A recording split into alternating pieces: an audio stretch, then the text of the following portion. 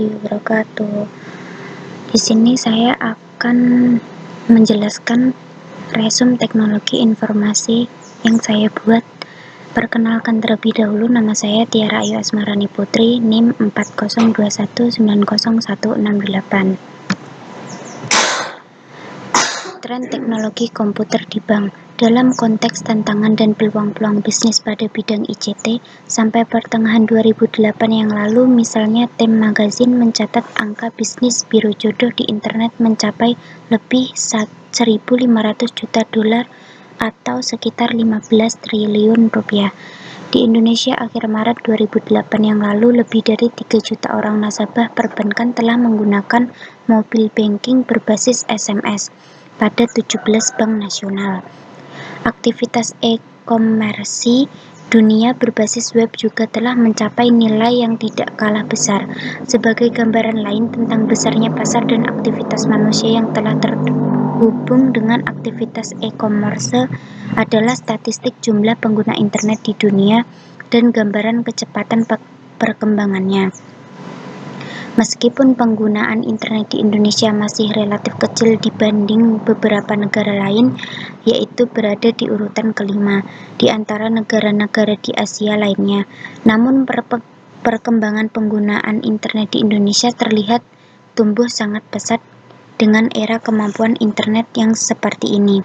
Bukan tidak mungkin di waktu yang tidak terlalu lama, semuanya akan menjadi serba digital. Selain itu, bagi pelaku bisnis yang bergerak di bisnis portal web, banyak sumber pendapatan yang bisa diraih. Setidaknya ada 4 yang bisa dijadikan sumber pendapatan, yaitu member, konten, iklan, dan dari merchant. Diperkirakan belanja iklan di Indonesia mencapai 70 triliun per tahun. Sementara internet sendiri sebagai infrastruktur utama e-commerce saat ini disebut sebagai the mainstream budaya saat ini. Data pertengahan tahun 2006 menunjukkan industri terkait teknologi informasi berkembang sebesar 6,9%. Kalangan pengamat industri ICT menilai bahwa jumlah itu sangat jauh dari kebutuhan industri yang sebenarnya, yang mencapai sekitar 500.000 lulusan bidang ICT setiap tahunnya. Bahkan diperkirakan untuk tahun 2020 yang akan datang jumlah lulusan perguruan tinggi di Indonesia sekitar 6 juta orang per tahun dengan asumsi sekitar 7% mahasiswa mengambil disiplin ICT. Bagi sebagian besar perguruan tinggi diperlukan berbenah agar mampu menghasilkan lulusan dengan software engineer.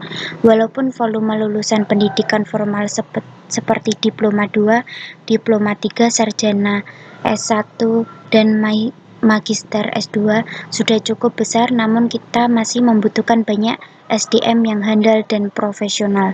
Saat ini, sebagian besar perusahaan di Indonesia menggunakan paket perangkat lunak aplikasi siap pakai yang dibuat oleh perusahaan besar seperti Microsoft, Mac, Sun Microsystem, Oracle, dan sebagainya, maupun yang tailor-made atau dilakukan oleh perusahaan konsultan asing. Namun demikian, peluang untuk mengembangkannya masih terbuka lebar, karena 100 produk perangkat lunak terbaik hanya mengisi tidak lebih dari 45% total pasar dunia. Kebutuhan tenaga ICT tersebut akan semakin bertambah jika e-government dan otonomi daerah berjalan sesuai dengan peraturan perundang-undangan yang dilaksanakan dengan baik. Maka dapat diperkirakan seluruh instansi pemerintah di Indonesia setiap tahunnya paling tidak membutuhkan tenaga sebanyak 5.389 tenaga ICT. Di Indonesia, bagi profesional atau developer ternyata tidak mudah. Misalnya seorang software developer untuk ASP dengan pengalaman 5 tahun gajinya minimal 5 juta rupiah. Untuk developer yang berbasis PHP, gajinya berkisar 7 juta per bulan. Kesimpulannya, derajat orang ICT di Indonesia cukup tinggi di mata pemberi kerja dibanding dengan tenaga kerja di bidang lainnya. Sementara itu, berdasarkan riset dari Forrester Research, pasar piranti lunak secara global mencapai $207 miliar. Bila diproyeksikan, maka angka konsumsi ICT di Indonesia di atas hanya sekitar 0,7%. Sementara itu, konsumsi ICT di India mencapai 3% terhadap negara tersebut. E-commerce, electronic commerce, atau juga sering disebut elektronik berbasis elektronik bisnis adalah cara menggunakan teknologi informasi atau IT untuk melakukan bisnis antara dua atau lebih pada suatu organisasi atau antara organisasi dengan organisasi atau kepada konsumen akhir melalui jaringan komputer. Perkembangan e-commerce dapat dikelompokkan. Yang pertama, e-tailing atau virtual storefront di situs web dengan katalog online, kadang-kadang bergabung menjadi virtual mall. Electronic data interchange atau EDI atau pertukaran data elektronik, pertukaran data business to business. Yang ketiga, email atau fax sebagai media untuk menjangkau masyarakat calon sasaran berbisnis, transaksi jual beli business to business. Yang kelima, pengamanan transaksi bisnis. Tingkatan internet banking. Yang pertama, entry atau informal, yaitu tingkatan atau tahapan yang paling sederhana yang hanya menyediakan informasi statistik mengenai bank tersebut serta jasa atau produk yang ditawarkan. Yang kedua, intermediate atau komunikatif, yaitu pelayanan yang lebih luas daripada sekedar informasi karena nasabah dapat melakukan interaksi dengan bank penyedia jasa internet secara terbatas. Yang ketiga, advance atau transaction adalah tingkatan yang paling lengkap dan dapat menampilkan seluruh transaksi yang diperlukan oleh nasabah termasuk transfer dana, pembayaran tagihan, dan lain-lain. Membangun bisnis via e-commerce. Kegiatan awal dalam membangun bisnis adalah menentukan jenis barang atau jasa yang akan ditawarkan. Kegiatan ini terkait juga dengan kegiatan menentukan pasar serta cakupan pasar tersebut. Akan tetapi secara tersirat, teknologi e-commerce akan mempunyai kawasan penyebaran yang global atau mendunia. Bahkan memprediksikan transaksi bisnis melalui e-commerce dapat mencapai jutaan dolar. Ringkasan Jurnal Teknologi Informasi di Dunia Bisnis dan Perbankan. Dalam dunia bisnis perbankan, peran teknologi informasi sangat berperan penting dalam meningkatkan kualitas dan pelayanan perbankan. Bank Syariah di Indonesia lahir sejak 1921. Tidak dapat dipungkiri bahwa teknologi, khususnya teknologi perbankan, memaksa industri perbankan untuk memodulasi ulang strategi teknologi informasi yang mereka terapkan untuk bisa bersaing. Nasabah sekarang menginginkan sesuatu lebih dari sekedar layanan Perkembangan teknologi akan mengubah secara radikal sistem transaksi perbankan yang pada akhirnya mengubah budaya perbankan. Transaksi-transaksi konvensional melalui paper cepat atau lambat harus ditinggalkan. Oleh karena itu, pada akhirnya transaksi perbankan akan sangat bergantung pada perkembangan teknologi. Transaksi perbankan elektronik merupakan tumpuan harapan dari seluruh transaksi perbankan di masa mendatang. Dampak ICT terhadap strategi bisnis industri perbankan. Pemakaian internet di Indonesia yang sangat luar biasa selama kurun waktu 1998 sampai 2007, masyarakat sebagai pasar industri perbankan telah mengalami suatu perubahan perilaku terkait dengan perkembangan ICT, khususnya internet. Perubahan perilaku masyarakat terkait dengan pemanfaatan ICT merupakan suatu kenyataan yang secara langsung akan mengubah perilaku masyarakat sebagai nasabah industri perbankan. Kebijakan pengembangan e-banking di industri perbankan di Indonesia yang dilakukan oleh beberapa bank membuktikan bahwa perubahan perilaku pasar terkait dengan perkembangan ICT telah mempengaruhi kebijakan industri perbankan dalam pengembangan strategi bisnis guna mempertahankan dan menciptakan nasabah baru. Dengan kebijakan pengembangan e-banking yang berbasis teknologi informasi dan komunikasi, diharapkan akan dapat memiliki keunggulan kompetitif yang berbeda dengan lainnya, sehingga akan dapat bertahan dan bahkan menang dalam persaingan yang semakin ketat.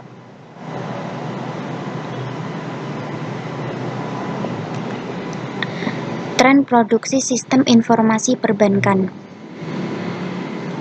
Saat ini bank di Indonesia memiliki produk dan layanan sebagai berikut. Yang pertama, tabungan produk. Tabungan ini merupakan kegiatan operasional bank yang paling dikenal oleh masyarakat. Yang kedua, deposito produk yang dikeluarkan bank untuk menghimpun dana masyarakat, yaitu deposit. Hal yang membedakan produk yang satu ini dengan dua jenis produk lainnya, tabungan dan giro, adalah masalah pencairannya yang memiliki waktu tertentu. Giro merupakan salah satu produk yang dikeluarkan bank untuk nasabah menyimpan uang. Nasabah yang menggunakan giro disebut dengan giran. Giran dapat menarik uang yang disimpan setiap saat dengan cara menggunakan cek biliet giro atau dipindah bukukan. Hal ini berbeda dengan tabungan biasa yang pencairannya biasa dilakukan dengan ATM. Yang keempat, kartu kredit adalah alat pembayaran secara online atau non-tunai dengan menggunakan kartu dan diterbitkan oleh bank negeri maupun swasta. Yang kelima, perdagangan bank novis fee atas disebut trade finance. Bank nocis adalah salah satu layanan bank mayora kepada nasabah untuk melayani transaksi jual atau beli mata uang asing dalam bentuk uang kertas atau tunai.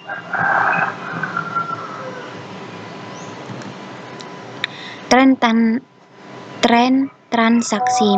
Jenis transaksi sudah beragam, baik menggunakan kartu debit, kartu kredit yang memanfaatkan jaringan ATM atau debit access transaction, umumnya di kasir yang berlokasi di gerai outlet tempat-tempat perbelanjaan.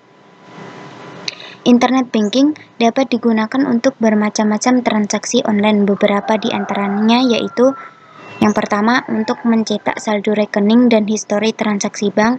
Yang kedua, membayar macam-macam tagihan. Yang ketiga, transaksi antar akun.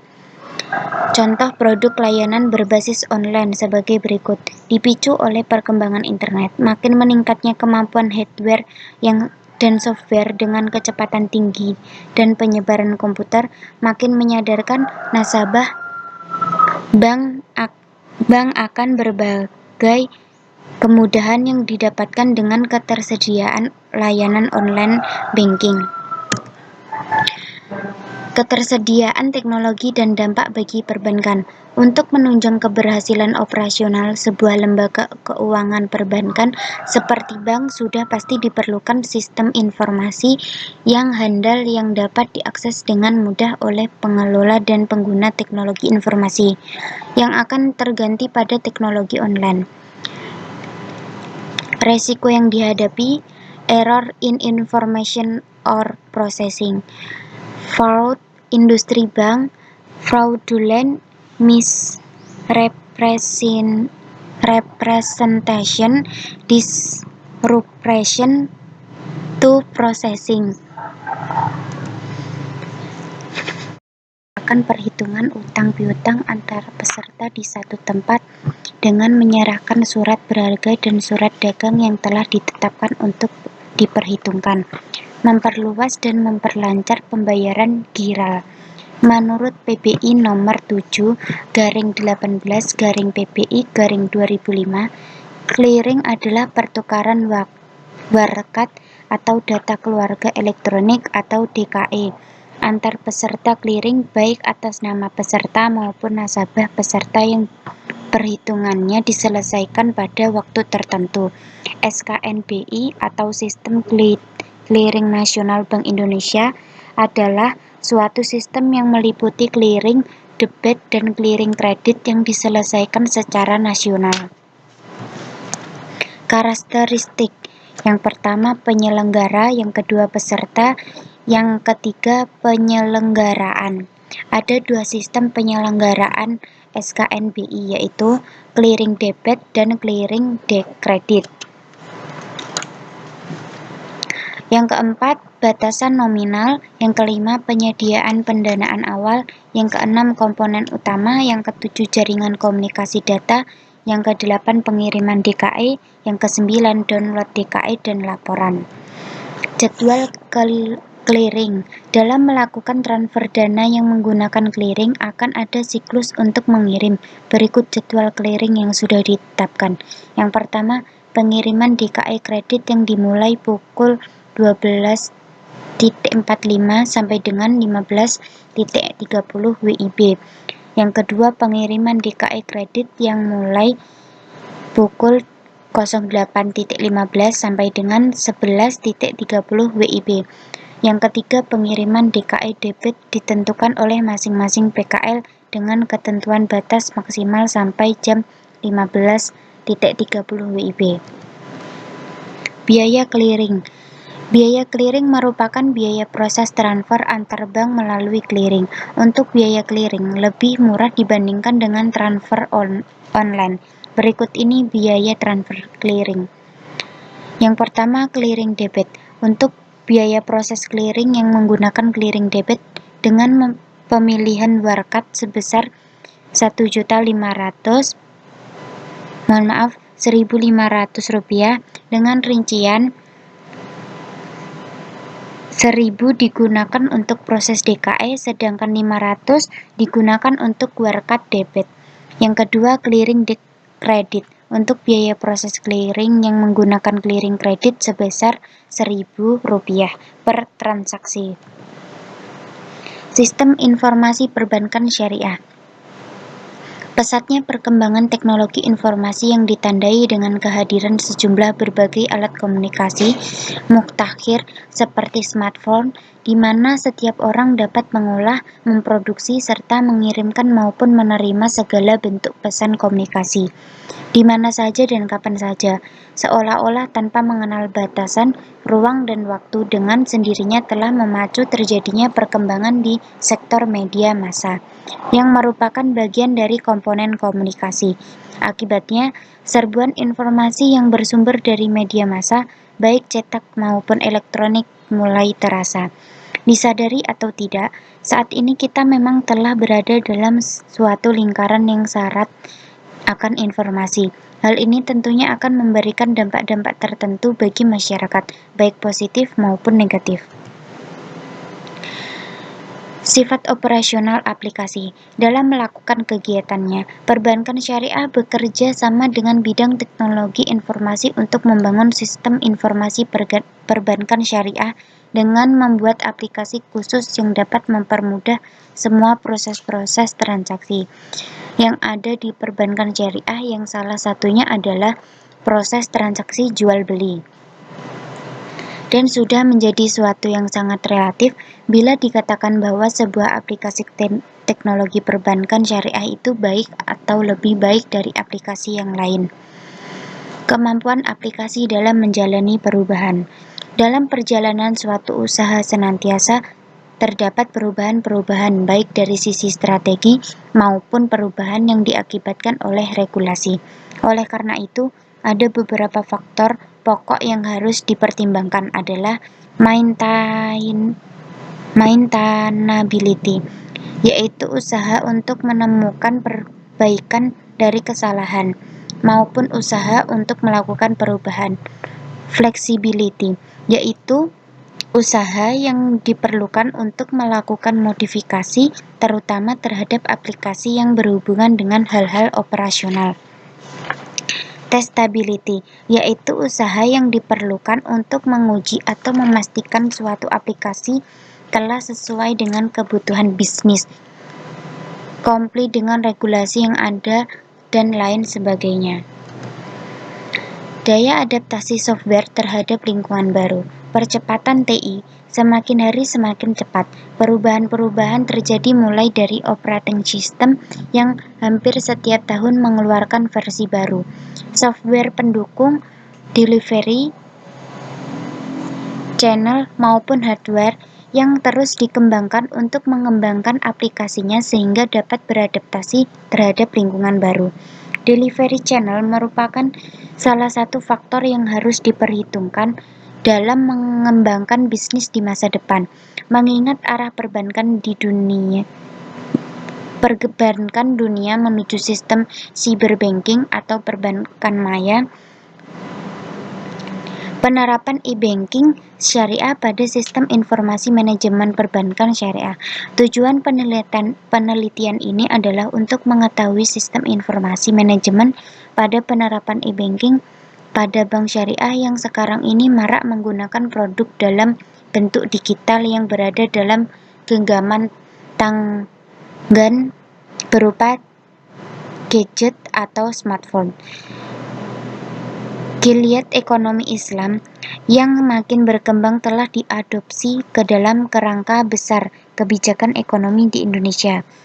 Bank Indonesia sebagai otoritas perbankan telah menetapkan Indonesia sebagai salah satu pilar perbankan syariah yang dapat menyangga dengan dual banking system dan mendorong pangsa pasar bank-bank syariah yang lebih lebar mengembangkan sayapnya dalam dunia industri digital perbankan. Analisis komparatif penggunaan sistem informasi perbankan syariah. Teknologi sistem informasi atau TSI perbankan digunakan bank untuk mengolah data keuangan dan pelayanan jasa perbankan secara elektronik dengan menggunakan secara komputer, telekomunikasi, dan sarana elektronik lainnya. Teknologi tersebut dibagi menjadi dua, yaitu pengolahan data elektronik dan e-banking. Sedangkan fokus dalam penelitian ini adalah pada analisis e-banking atau e-channel pada perbankan syariah. Terima kasih. Tugas teknologi informasi dari saya. Apabila ada kurang lebihnya, saya mohon maaf. Wabillahi taufiq walhidayah. Wassalamualaikum warahmatullahi wabarakatuh.